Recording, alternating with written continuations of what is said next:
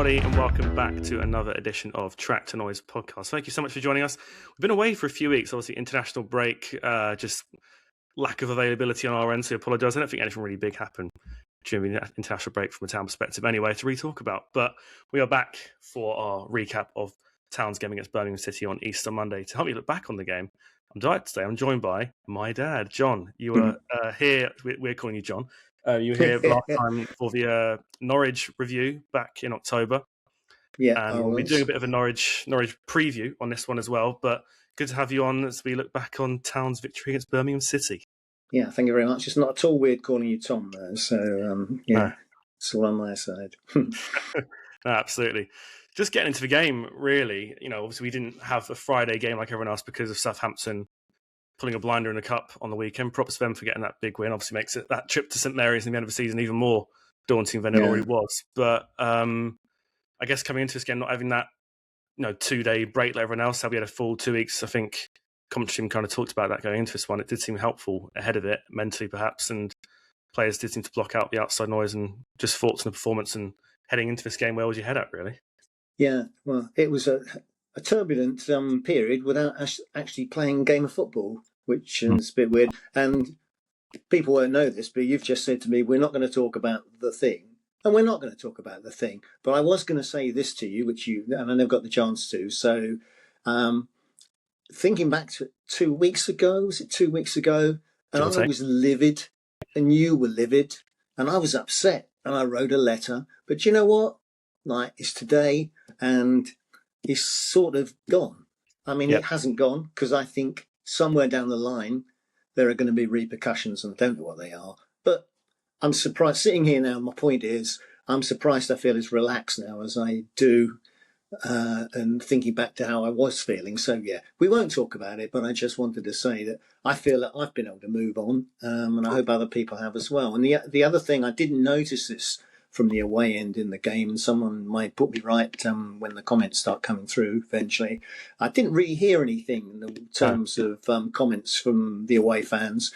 And I wonder if we're being, quite understandably, if we're a bit myopic. Everyone's like that with their football club. We think the only thing in the world is our own football club. And it might be that outside of Ipswich Town and the immediate area, people didn't really give a monkeys. And that would be encouraging as well. So, yeah, we won't talk about it, but I just wanted to share that thought that, a couple of weeks down the road, dust has settled, and just based on, well, we'll talk about Monday's performance. But, sorry, we were talking about, after all of that, we were talking about the big game next weekend. Is that where we were going? I can't remember where you primed me with that. We'll go over it at the end, but I'll echo your thoughts as well. Yeah. I think... I still weren't going to talk about it, but you can't not really. It was dividing people a lot, wasn't it? But, not half. But I think what you saw on Monday, a win helps, but everyone comes under the same roof. Outside the ground, those 90 minutes, we may have different perspectives, but inside that ground, 90 minutes, we all have the same perspective. I think that's at the cause of it, the best thing about being a football fan, no matter what your thoughts are outside of it. But yeah, get back into the game. Looking at the lineup there, we did see George Hurst make his return. Looks like even Azal may be out with a slight knock. Ben Johnson's back in the left back role of Davis' suspension. We'll touch on Johnson throughout this game. Absolutely, equaliser, and then his return to the starting 11, Marcelino Nunes as well. Any surprises in that 11, or as you said, welcome returns? Like I said, I kind of fancy. I mean, McKenna's got a habit, if not a knack, of playing things close to his chest when it comes to injuries. And I kind of had a feeling that Nunes would be back in there, and I'm pleased to see that he was. As far as the rest, maybe off the back of Egerle's international performance, I wondered if he might be in, but equally again, having had an international performance, perhaps that was as much a rest as anything else, because we didn't even see him as a sub, did we, as things went on? No. But given how well McAteer, I'm very pleased for him in that regard, given how well he played in that game. I mean, he's capable football, and he's still a young man, and I think he's had a bit of a bum rap this season from various elements of the supporter base. So it's great to see him have a good game, and there was no excuse really for bringing somebody on in that position earlier on in the game. No, definitely. This actually was, we'll get into individuals in a bit, this was actually our first victory of the season, we came from behind. Yeah. I got that as a stat looming over our heads a lot. I think it was April of last year, I read somewhere. Was it Bournemouth? Perhaps? Long time ago, yeah. Yeah.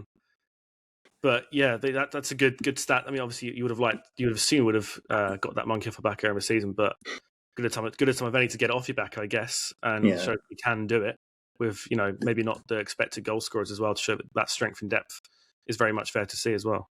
Yeah, it would be nice to say, well, that stat only really exists because of a terrible season in the Premier League, but that's not strictly true, because we've had most of this season pass us by now, and we've not been able to do that. So yeah, as you say, good to get off our backs as well. You got to believe maybe that plays on some players' minds.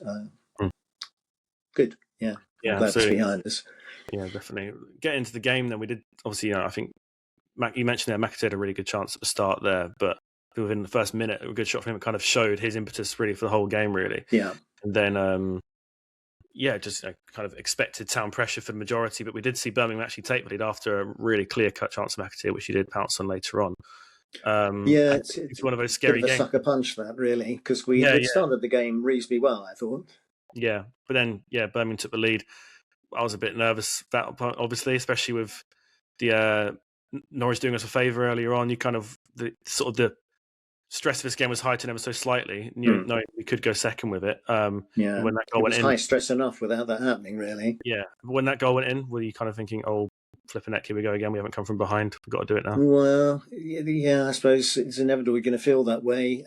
I did feel before that. I was particularly nervous before the game. I thought that was. I mean, there have been so many games this season where I've thought, "Oh, this is a big one," but it did generally feel like a big one yesterday. So the fact we were able to rebound from that setback, and fairly quickly as well. I think it was only a matter of minutes that we came back and equalised. So that was an encouraging turnaround. But unfortunately, we didn't really keep that. What's the word I'm looking for? We didn't get that momentum going in the second half. In fact, I'm racing ahead here. The second half, the momentum was entirely in the other direction, really. But certainly, I know we're sort of going through the lineup and the teams, but I mean, before I forget to say it, I didn't think Birmingham had a great deal to offer. You know what my memory's like, so I can't remember the name of the guy who was playing out on the left who caused so much trouble. Osman. Yeah, of course. Difficult name to remember, not. But apart from him, nobody else really stuck in my mind as being a particular threat.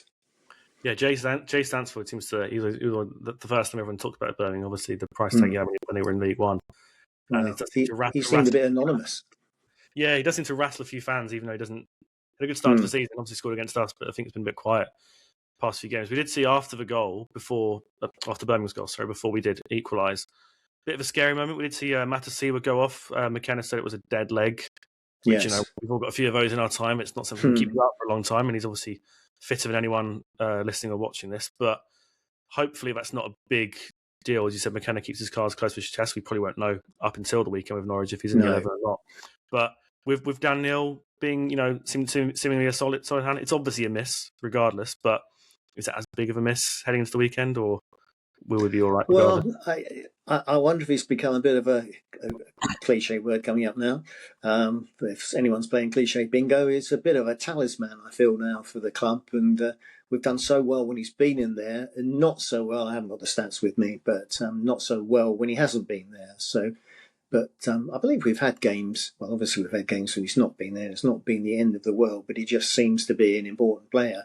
We don't seem to have anyone exactly like that at the moment. But it's a long time since I had a dead leg, several decades. So I can't remember how quickly you recover from something like that. But let's hope it is recoverable from. We haven't got a full week, obviously, this time from Saturday to Saturday. It's less time than that, but fingers crossed. Yeah, I mean, like I said, though, Dan Neil's kind of a different sort of player. I feel Matthew was a bit more defensive-minded behind his pocket against Hull, but it's a bit of a reassurance, isn't it? Because I think without him, it would be without Dan Neil there with Matthew. Oh, absolutely, a big worry, wouldn't it? But it's not as much a worry, I guess. Is what I'm trying to get. And he seems to be one of those guys. He's had a bit of time to settle in now, and he strikes me as one of those people who rise to the occasion if there's a really big game. He's somebody I think you could rely on to give 100%. Yeah, Another absolutely. cliche. Yeah. Well, I didn't really play Newcastle much in his Sunderland days because of different leagues and stuff, but he's obviously not opposed to a big game. We did see him Sunderland last year. But Town did equalise quite quickly, as you said, after Birmingham took the lead there. With, I think without going technology, maybe it wasn't that obvious without crossing the line, but in replay, it obviously certainly did cross the line. It was a crossover from fullback to fullback, Furlong to Ben Johnson. I mean, touch on the goal if you want to, but just more about the individual. Ben Johnson, we were quite rightly worried when Davis got his 3-match suspension for. It didn't seem like that much of a brash challenge. I think it was the Leicester game, wasn't it, that he got the suspension? Yes. And, Ben Johnson, we've talked about him a bit on this podcast. I'm sure you have a similar opinion where he's not really hit the ground running much for Ipswich. And, in the Premier League, struggled to. And even in the Championship, you kind of expected he would have been more of a starter. But again, hasn't really had the chance to. But in these 3 games, he got a goal at Wednesday, got a goal here. And, got the assist, I think, as well for Azon at Wednesday. Sorry, not a goal at Wednesday, assist for Azon, sorry. Yeah. And he's done himself many favours, I should say, in these 3 games. And it's, if Davis does go out, it doesn't seem that much of a hindrance with Johnson being in that spot. No, and I think it's easy to forget that, he's an experienced player with probably quite a few Premiership games under his belt, so he should know what he's doing. I've always liked him. He seems someone who, again, puts a shift in. And it's nice to see that he's come up with the goods in that game. Probably not expecting to, but we'll take that all day long. Yeah, absolutely. Looking forward there, as you said, we did take the lead just before the stroke of half time and did come back from a goal deficit there. It was Casey McAtee, spoke about at the start of the show there.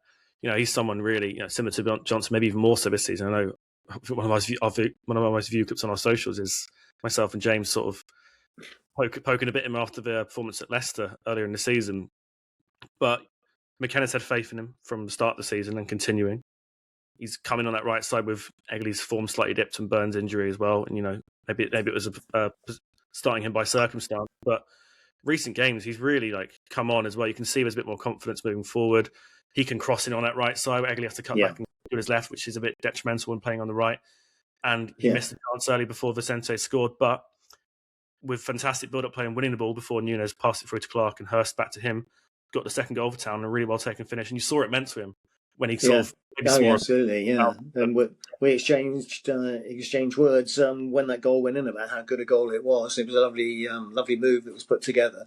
And, that can't do him any harm. And it's great that we've got somebody capable to do, maybe not quite in the same way, because that Wes Burns role is a bit of a one-off role, really, the way that he plays and McKenna uses him.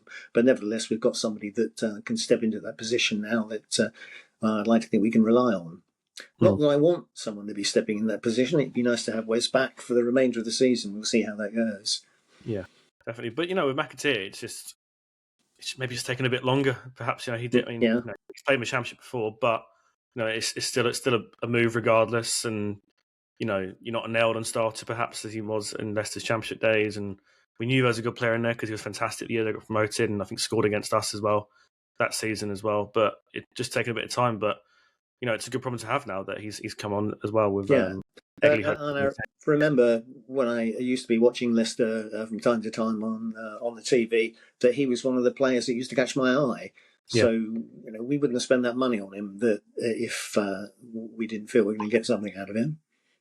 It does bring in the issue of Egley again, because I know you and I have spoken about this before, and I still feel that further down the line he's going to end up playing somewhere that isn't that position, somewhere else across the front there, to make the best of him. Because at the moment, you argue we've got 3 people trying to fill that wide right role. You're looking at the second half, they're moving forward. You said it earlier as well. I was quite surprised. Were you quite surprised to see how much, I don't know if sat back is the right phrase, did invite a lot of pressure in the second half. Obviously, defensively been very good this season, one of the best teams in the league. So it's not a huge worry perhaps, but obviously given the opponent and the fact we went into the half leading, you maybe would have expected a bit more pressure from us moving forward. A few chances from us, but predominantly it did seem maybe after Osman came on, was, as you said, a bit of a game changer. But it was kind of predominantly Birmingham going for the goal second. I don't know how much of that was us consciously sitting back, or whether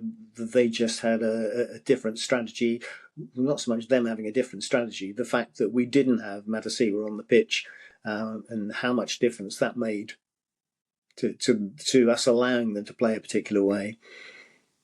Yeah, definitely. We did see, after Matthew de Groff, that depth been talked about from opponents a lot this season. But when you get a victory, it's clear to see when Matthew goes off, and it's a different position. But you've got Mehmeti coming on, which is a lovely bonus because he's been fantastic again as well. And it did seem as the second half went on. I don't know if I'd call it pressure, but I think we used the word momentum a little while back. And it just seemed to build and build and build. And going to the question I think you asked me earlier on, did I feel we were going to go pop? I was getting that feeling, and I don't want that to sound negative. It's just the way the game looked. I think a lot of people watching that game would have been unsurprised if Birmingham had equalised, and thankfully they didn't. Yeah, well, something they should have equalised, because even Osman, who was fantastic off the bench for Birmingham, probably their standout player in the game, and maybe did deserve a goal. We've been hard done by recently from some refereeing decisions and stuff, but one seemed to go in our favour. It's a shame for Osman and Birmingham not to get the equaliser there, but from its perspective, we'll take it, I guess, won't we? Yeah, I mean, for what I could see on the tip, maybe I've got blue-tinted eyes. But from what I could see from the replays, it did look like it had gone in out of play, I should say. But it was as inconclusive about whether it was out as it was conclusive about whether it was in. So in the end, I think, let's say the linesman made the correct decision. I think the only thing, like I said, from a Birmingham perspective, you feel hard done by from us. If you think it's out, then you're like, if you think it's in, sorry, then you're like, phew, we got a wave on there. But, and obviously if we go up, it won't be the case because that will be looked at for probably 10 minutes by VAR in a game in the Premier League. Yeah. But, I guess the good thing about where we are right now, we want to go up again, obviously, and yes, the decision's in our favour, so we obviously are going to look a bit more positively. But it is nice, isn't it, when it's not mulled over for, as I said, you just kind of, even if it's the incorrect decision sometimes, and you just get on with it, and the flow of the game doesn't pause, and you don't have to have a 5-minute wait for a potential celebration. And I think the thing is, I think VAR can be quite enjoyable if it's not your team. You're settling down on a Sunday afternoon to watch a couple of Premier League games, and just seeing which way the decision goes. Sometimes that can be quite entertaining, but like I say, if it's your club, you probably don't want to be doing that. No, definitely not. I don't want to say the game petered out. Birmingham didn't really have many chances post that potential goal. Depends which way you look at it. And we did manage to hold on to all 3 points. And really, when you look at it, how this weekend went, it was a Monday, bank holiday for many in the UK, and we did get all 3 points. And we did see, obviously, as I said, Norwich do us a favour at the Den early in the day, and then Borough did get a point, but it's, I think, only 2 wins in 10 now for them, and it's as good as you can get it right now. Second with 2 games in hand.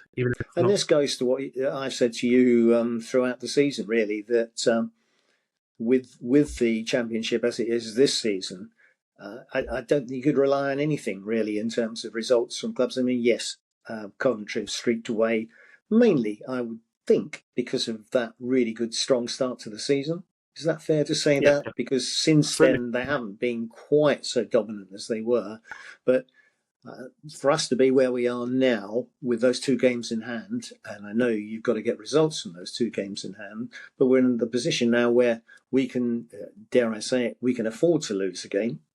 It would be nice if we didn't. We can afford to lose a game on the run-in, because the nature of the Championship, as I see it, is that there's no way, stick my neck out here, that Millwall and Middlesbrough are going to win all their remaining games just based on what's been happening for the rest of the season. I mean, if it happened, it would be almost a fluke now, but I just can't see that happening. So nothing's cut and dried, because we've still got to get points on the board, as it were. But I do find it encouraging the way the season's gone now, to look at our 2 closest rivals and say, I can't see them getting max points between now and the end of the season. Having said that, I can't see us doing it either. But these things hopefully will even out in our favour. Hopefully, yeah. I mean, it's not this. If you, I don't maybe necessarily want to call it a run, but since we got kind of duffed up at Wrexham there, that crazy 5-3 game in February. In the league, at least, we've was eight undefeated. I know we had a few naff draws against Stoke and Leicester, which we like to think we've won, and then draw against Millwall, which given how well they played at Portman Road, it's nothing to turn your nose at, especially as they went to go win against Borough as well. Yeah, it's not like one of those. I don't think it's not going to be one of those generational runs we had in League One or even the Championship and around this time of year as well. But it's coming together at the right time, isn't it? I guess if it can continue this way with a few more draws and a couple of victories. Yeah, I haven't looked to see where we are on the form table. I would imagine we've got to be up there fairly high. Unfortunately, two of the teams that are up there fairly high are two of the teams we've still got to play in Southampton and Harwich. But go back to what I just said, really. Yes, they're playing, they're getting good results at the moment, but who's to say they're going to win all their remaining games? It's not quite a lottery, but nothing's cut and dried, I feel, with the rest of the season ahead of us. Looking at the form table from the last 5 or 6 games, obviously 6 for everyone else, 5 for us, and Southampton, Wrexham, a few of they're playing tonight against Southampton. But Norwich, West Brom, Southampton, and QPR are all above us in the form table, and we still got to play all of them. Yeah. So, then again, that all may dip from them in a few days. But yeah, so Town did leave Portman Road with all 3 points. It's only 2 more home games now for the rest of the season. Borough and a huge game in a few weeks, and then obviously QPR on the final day. But we'll look ahead to this weekend. As I said last time we were on the podcast was the review of our brilliant 3-1 win against Norwich. And now we're playing them at Carrow Road. Obviously, we knew this game was going to come, and hopefully we can do the double. But it's a very different, as I said, the form table just there. It's a very different Norwich side. Since November 18th, when Clement came on, obviously joined shortly after, losing to us and a few more losses at Carrow Road after that.